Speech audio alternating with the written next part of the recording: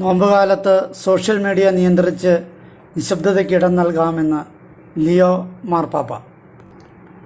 നോമ്പുകാലം പ്രാർത്ഥനയോടും കാരുണ്യപ്രവർത്തനങ്ങളോടും ചേർന്ന് ഉദാരമായി പ്രായശ്ചിത്തം ചെയ്യാനും ടെലിവിഷനുകളും റേഡിയോകളും സെൽഫോണുകളും കുറച്ചുനേരം ഓഫ് ചെയ്ത് നിശബ്ദതയ്ക്ക് ഇടം സൃഷ്ടിക്കാനും ഉള്ള ആഹ്വാനവുമായി ലിയോ മാർപ്പാപ്പ ഫെബ്രുവരി 22 മധ്യാഹ്ന പ്രാർത്ഥനാ വേളയിൽ നൽകിയ സന്ദേശത്തിലാണ് മാർപ്പാപ്പ ഇക്കാര്യം പറഞ്ഞത്. നോമ്പുകാലത്ത് ദൈവവചനത്തെക്കുറിച്ച് ധ്യാനിക്കാനും കുദാശകളെ സമീപിക്കാനും നമ്മുടെ ഹൃദയത്തിൽ നമ്മോട് സംസാരിക്കുന്ന പരിശുദ്ധാത്മാവിൻ്റെ ശബ്ദം കേൾക്കാനും തയ്യാറാകണമെന്ന് മാർപ്പാപ്പ ഓർമ്മിപ്പിച്ചു. നമ്മുടെ കുടുംബങ്ങളിലും തൊഴിലിടങ്ങളിലും സമൂഹങ്ങളിലും നമുക്ക് പരസ്പരം ശ്രവിക്കാം.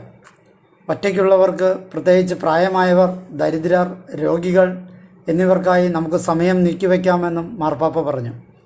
വിശുദ്ധ പോളാറാമൻ മാർപ്പാപ്പ പഠിപ്പിച്ചത് പ്രായശ്ചിത്തം നമ്മുടെ മാനവികതയെ ദാരിദ്ര്യത്തിലാക്കുന്നതിന് പകരം സ്നേഹത്തിലേക്കും കർത്താവിലുള്ള സമർപ്പണത്തിലേക്കും നമ്മെ നയിച്ചുകൊണ്ട് അതിനെ സമ്പന്നമാക്കുകയും ശുദ്ധീകരിക്കുകയും ശക്തിപ്പെടുത്തുകയും ചെയ്യുകയാണെന്ന് മാർപ്പാപ്പ പറഞ്ഞു.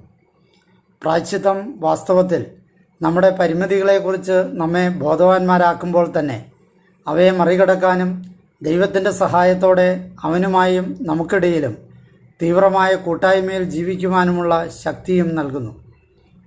വിനയത്തിലും ദാനധർമ്മത്തിലും ഉപവാസത്തിലും കാരുണ്യപ്രവൃത്തിയിലും സംയമനത്തിലും ക്ഷമയിലും നല്ല കാര്യങ്ങൾ നൽകുകയും തിന്മയെ തിരികെ നൽകാതിരിക്കുകയും തിന്മയിൽ നിന്ന് പിന്തിരിഞ്ഞ് നന്മ പ്രവർത്തിക്കുകയും ചെയ്യുന്ന നമ്മുടെ പ്രാർത്ഥന സ്വർഗത്തിലെത്തുകയും നമുക്ക് സമാധാനം നൽകുകയും ചെയ്യും എന്ന വിശുദ്ധ അഗസ്റ്റിൻ്റെ വാക്കുകളും മാർപ്പാപ്പ പ്രത്യേകം എടുത്തു പറഞ്ഞ് ഓർമ്മപ്പെടുത്തി.